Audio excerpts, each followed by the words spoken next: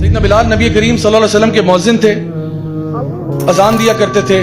ان کا واقعہ آپ کو پتا ہوگا کہ ان کے اوپر بہت ظلم ہوتا تھا۔ ان کا جو مالک تھا، ان کا جو اونر تھا، وہ ان کو ریت پہ گھسیٹتا تھا، چھاتی پر پتھر رکھتا تھا، اور وہ پھر بھی کہتے تھے احد احد۔ اور جب بعد میں صحابہ نے ان سے پوچھا کہ آپ احد احد کیوں کہتے تھے، تو انہوں نے کہا مجھے اس کے علاوہ آتا ہی کچھ نہیں تھا اسلام کے بارے میں، مجھے دین یہی پتا تھا کہ اللہ ایک ہے، بس اس کے علاوہ مجھے دین کا پتہ ہی کچھ نہیں تھا، تو جو پتا تھا بس وہی بولتا تھا۔ تو ان کو بہت مارا گیا، بہت پیٹا گیا۔ تو جو ان کا مالک تھا وہاں پہ ابو بکر صدیق آ گئے، انہوں نے کہا کہ میں جو ہے نا بلال کو آزاد کروں گا۔ انہوں نے کہا بتاؤ کتنے لوگ اس کے لیے؟ تو اس نے کہا کہ جی اس کے لیے، اس کے لیے، کیونکہ اس ٹائم پہ نا سیدنا بلال کی حالت اتنی خراب ہو چکی تھی کہ وہ تقریباً مرنے کے قریب تھے۔ اتنا ان کو مارا پیٹا گیا، لہو لہان کر دیا، ریت پہ گھسیٹے گئے، پتھر مارے گئے، مطلب بہت بہت بری حالت میں تھے، بالکل مرنے کے قریب تھے۔ تو سیدنا ابو بکر آئے، انہوں نے کہا کتنے جو ہے نا مانگتے ہو اس کے لیے؟ اس نے کہا 10 دینار، 10 دینار سمجھے 10 گولڈ کوائنز۔ تو سیدنا ابو بکر نے فوراً جیب سے نکالے اور منہ پہ مارے اس پہ، یہ لو۔ تو ان کو آزاد کیا، تو وہ اپنے ہاتھوں میں نا وہ 10 دینار ایسے اوپر نیچے کر رہا ہے اور کہتا ہے کہ مجھ سے اگر ایک بھی مانگتے میں تمہیں دے دیتا، میں اس کو ایک میں بھی بیچ دیتا، کہ تم نے 10 دے دیے، تم نے یہ تو مرنے کے قریب تھا، میں تو اس کو 1 دینار میں بھی بیچ دیتا، تم نے 10 مطلب تمہیں میں نے بیوقوف بنایا۔ سیدنا ابو بکر کہتے ہیں کہ بیوقوف تم ہو، کیونکہ تم اگر مجھ سے 100 مانگتے میں 100 میں بھی لے لیتا۔ اور سیدنا ابو بکر کہتے تھے کہ بلال میرا سید ہے، بلال میرا آقا ہے۔ اور عمر بن الخطاب کہتے تھے کہ ابو بکر سیدی، ابو بکر میرے سید ہیں اور بلال ان کے بھی سید ہیں۔ یعنی یہ وہ چیز تھی کہ غلام کو کہاں پہنچا دیا اسلام نے۔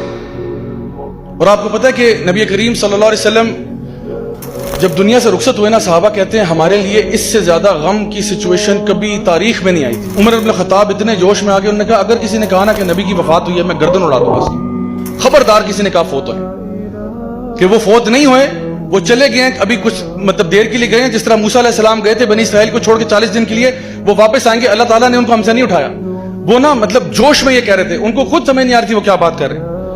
ابو بکر صدیق ہے، انہوں نے کہا عمر بیٹھ جاؤ، عمر بیٹھ جاؤ، اور کہا کہ تم میں سے جو شخص اگر تو کوئی نبی کی عبادت کرتا تھا، جان لو کہ نبی فوت ہو چکے ہیں، اور جو کوئی تم میں سے اللہ کی عبادت کرتا ہے، جان لو کہ اللہ الحی ہے، لا یموت، اللہ کو موت نہیں آتی۔ تو لوگوں کو بتایا کہ وہ دنیا سے جا چکے ہیں، لیکن اللہ تو ہے نا ہمارے ساتھ، اللہ تو ہے، لائف ول گو آن۔ تو صحابہ کہتے ہیں سب سے پینفل ڈے ہمارے لیے تھا۔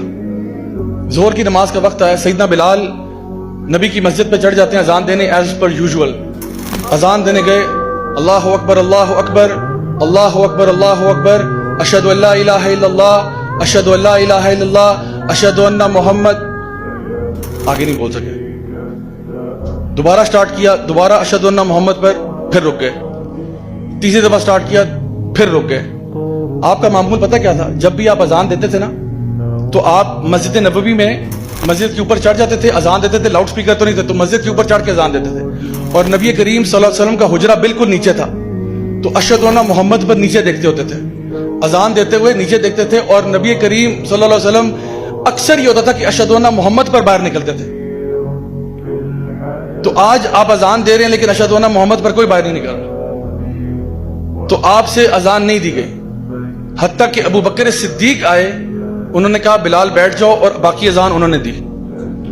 سیدنا بلال نے کچھ دن گزرنے کے بعد، اچھا انہوں نے اس کے بعد اذان دینا چھوڑ دی، انہوں نے کہا میں اذان نہیں دے سکتا۔ کئی دن گزر گئے، سیدنا بلال نے اذان نہیں دی۔ پھر ایک دن ابو بکر صدیق کے پاس آئے، اس ٹائم تک سیدنا ابو بکر جو تھے وہ خلیفہ نومینیٹ ہو چکے تھے، تو کہا کہ اے امیر المومنین آپ سے گزارش ہے کہ جی بلال فرمائیے کیا گزارش ہے؟ کہا گزارش یہ ہے کہ آپ مجھے مدینہ چھوڑنے کی اجازت دے دیں۔ تو کہا بلال یہ کیسے ہو سکتا ہے؟ انہوں نے کہا میں یہاں رہ نہیں سکتا۔ کیا ہو گیا بلال؟ امیر المومنین اٹس ٹو پینفل، یہ بہت پینفل ہے، میں مدینہ میں نہیں رہ سکتا، جب تک نبی تھے میں یہاں ٹھیک تھا، لیکن اب مجھے جانے دیں، اللہ کی راہ میں نکلنے دیں، چاہے میں دین کا علم سیکھوں، دین کے کام کروں، جہاد فی سبیل اللہ کروں، مجھے چھٹی دے دیں۔ تو سیدنا ابو بکر نے کہا سوال ہی پیدا نہیں ہوتا بلال، تمہیں کیسے جانے دیں ہم؟ تو انہوں نے کہا ایک میری سوال کا جواب دے دیں، آپ نے مجھے آزاد کیا تھا، میں ہمیشہ آپ کا احسان مند ہوں، لیکن سچ سچ بتائیے اگر آپ نے مجھے آزاد اپنی ذات کے لیے کیا تھا تو میں یہاں رک جاتا، لیکن اگر آپ نے مجھے اللہ کے لیے آزاد کیا تھا تو خدا کی قسم مجھے جانے دیں۔ سیدنا ابو بکر نے کہا ٹھیک ہے بلال، اگر ایسی بات ہے تو جاؤ۔ سیدنا بلال نکل گئے اور سال گزر کے غائب ہیں، سین سے غائب ہیں.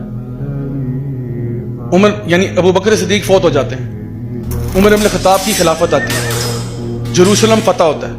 وہ واقعہ آتا ہے نا جو اونٹ کے اوپر آپ نے اپنے غلام کو بٹھا کے خود پیدل چلے تھے، تو وہاں چلے جاتے ہیں، جروسلم فتح ہوتا ہے، مسلمانوں کے ہاتھ آتا ہے. اس دن سیدنا بلال جروسلم میں تھے، وہ ادھر ہی تھے، بیت المقدس میں تھے.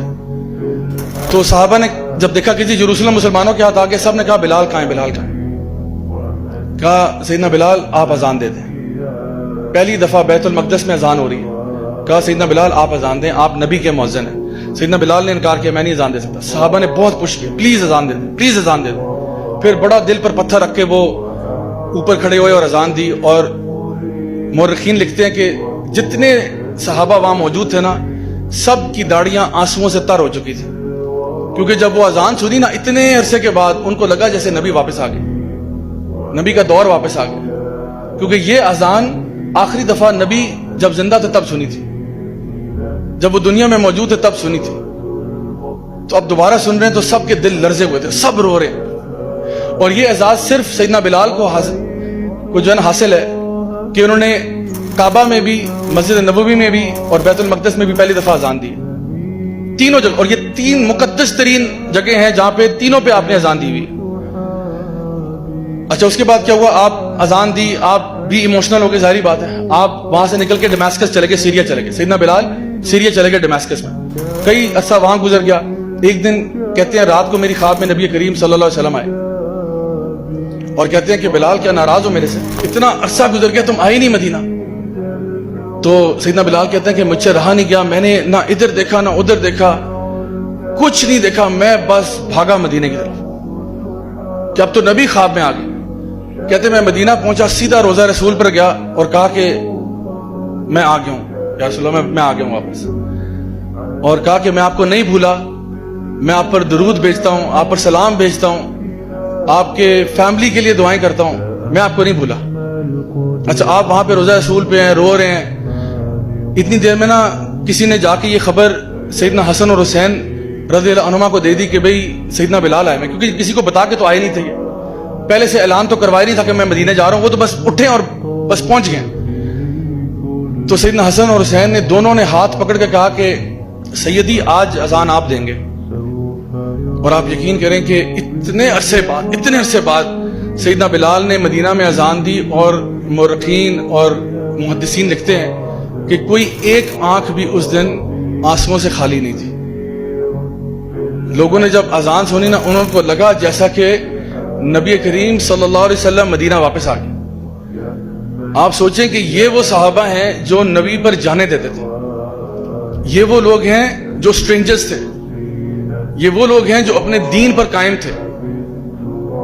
اور اللہ رب العزت نے ہمارے لیے یہ بات بتا دی ہے کہ قل ان کنتم تحبون اللہ فاتبعونی یحببکم اللہ ویغفر لکم ذنوبکم. کیا تم اللہ سے محبت کا دعویٰ کرتے ہو تو پیارے نبی کی اتباع کرو، نبی کی پیروی کرو. اور آپ اگر صحابہ کی زندگی اٹھا کے دیکھیں، آپ یقین کریں ہمیں اپنے اعمال پہ شرم آتی ہے کہ ہمارے کیا اعمال ہیں، صحابہ کا طرز عمل کیا تھا، کتنی نبی سے محبت کرتے تھے.